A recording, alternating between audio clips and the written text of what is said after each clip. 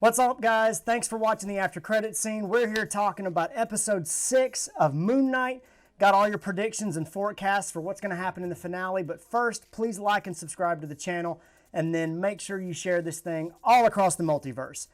There's a whole lot of stuff that we've been talking about through all of these predictions. I've kept pressing on you guys to pay attention to every little thing that happens. Clues, tips, Easter eggs, to use your eyes and ears and pay attention to everything that they're showing you.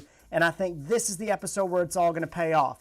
Last episode, our predictions were spot on. We went 7 for 7 on all these predictions. There was a lot of things that happened, but a lot of these things had to do with stuff that you heard and little tips that they gave you in episode 4, particularly with the fact that they were on the boat, all those little vocal clues and audio things, the visual tips that they gave you, the Easter eggs.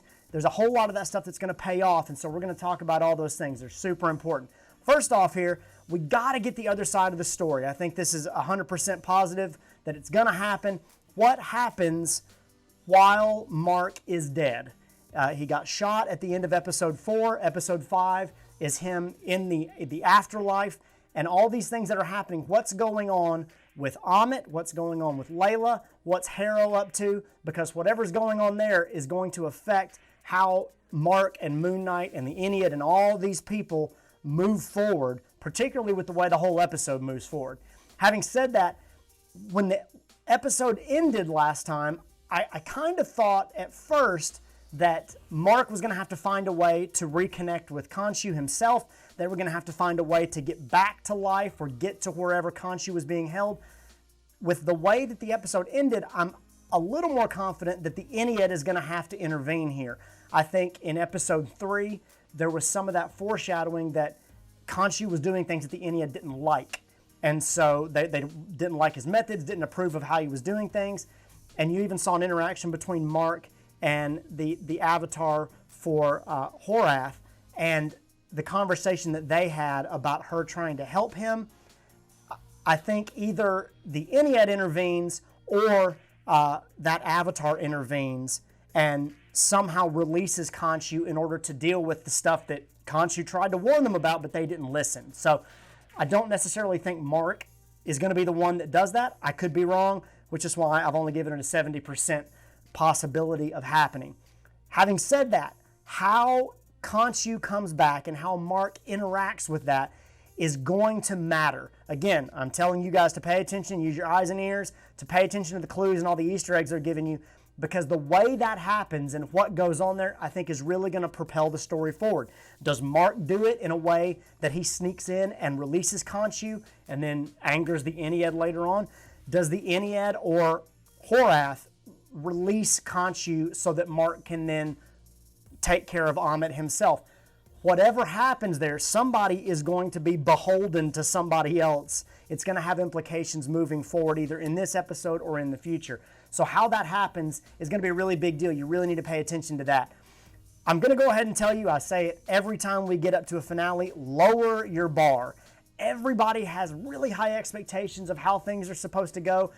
There's a whole lot of talk on the internet and a lot of other videos about all the different threads that they have to wrap up and all the different things that have to happen. I'm not so sure that that is as complicated as everybody's making it. There's a really simple way forward here where Mark comes back to life because Khonshu is released. They fight Amit. End of story. That would be a good enough story to wrap this whole thing up. But all the little pieces that they're going to give you, they don't really have to wrap them up in really big ways to either set up another series, to throw Moon Knight and Mark into another story down the line, or to even give you these things in an after credit scene that set up other stories in the future. The story has gone well enough so far, and they have moved it forward in such a quick and fulfilling way thus far. Whatever they give you here, I think is going to be enough to wrap up the story. So lower your bar. Don't expect all of these things to happen all at once, and just enjoy this final battle. There's some teasers in some of the trailers that we've seen of some shots that haven't quite happened yet. Khonshu fighting, or Moon Knight fighting in Egypt, fighting on the streets of Cairo or wherever they're at, and then Arthur or Amit and Moon Knight fighting on the side of a pyramid. those things are going to be epic enough, and the payoff there is going to be really visually stunning. I think you're going to get some depth from episode 5 and some of the visual effects from episode 3 really moving together here to make a really spectacular finale. I'm obviously positive of that, but these last 3 have to do with the setups. Any 3 of these could be after credit scenes, which is why I've only given a 33% positive ranking for any of these. Any 3 of these things could happen, or all 3 of these things could happen at the end here. Like I said, they don't have to be full stories within the plot, but these things are coming down the pipe, and they're good wrap-up elements to be able to propel the story forward later on, or just to give you some kind of resolution to everything that's happened. First off, Werewolf by Night, not only have they been teasing it with QR codes and different Easter eggs throughout the entire series because it is the first appearance of Moon Knight, but also the credits at the end, the moon has been changing. It's gone through the different phases, and every episode, at the end of the episode, as they show you the moon, it's been getting fuller and fuller and fuller. And this episode could be a tease for, we had the full moon at the end of episode 5, and now that sets up a full moon for the werewolf to come out. So a really cool tease that they've been setting up the entire time. One of the directors has said that all of these things matter, and so Werewolf by Night could be a great setup moving into an appearance by Moon Knight in the Halloween special that's coming in October. Another one could be a tease that Steven is still around. We saw Steven trapped in the Duat, solidified in the cement, stone, sand at the end of episode 5. A little tease at the end here could be Steven coming back briefly, a little bit of a Laters Gators type situation. I think would be plenty for me to know that Steven is not totally gone, and it gives a little bit of levity to what could be a very serious and a very dark episode. Or you get the appearance of your third wheel man, so to speak, in Jake Lockley. We've gotten a ton of teases, taxi cab teases. Episode 3 where Mark and Steven come to and they have stabbed one of the bad guys, and neither one of them know how they ended up there. Jake is around, not only from that, but the sarcophagus that we see in episode 4.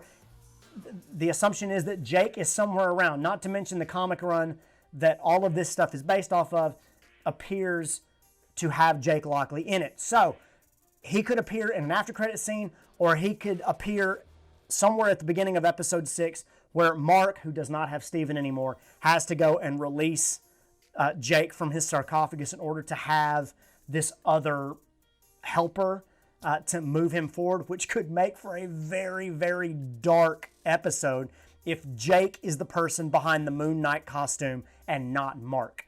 Could be very, very interesting to see how they do that, but they could also wrap these up in after credit scenes, which is why the low possibility on my part as to whether or not it would happen. I do think it's going to be a very excellent episode, as long as they don't throw some kind of twist that just dive bombs.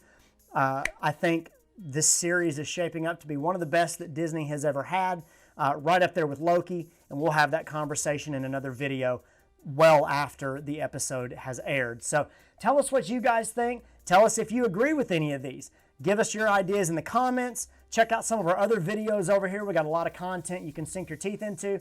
And when the next episode drops, we'll catch you right back here. Later, guys.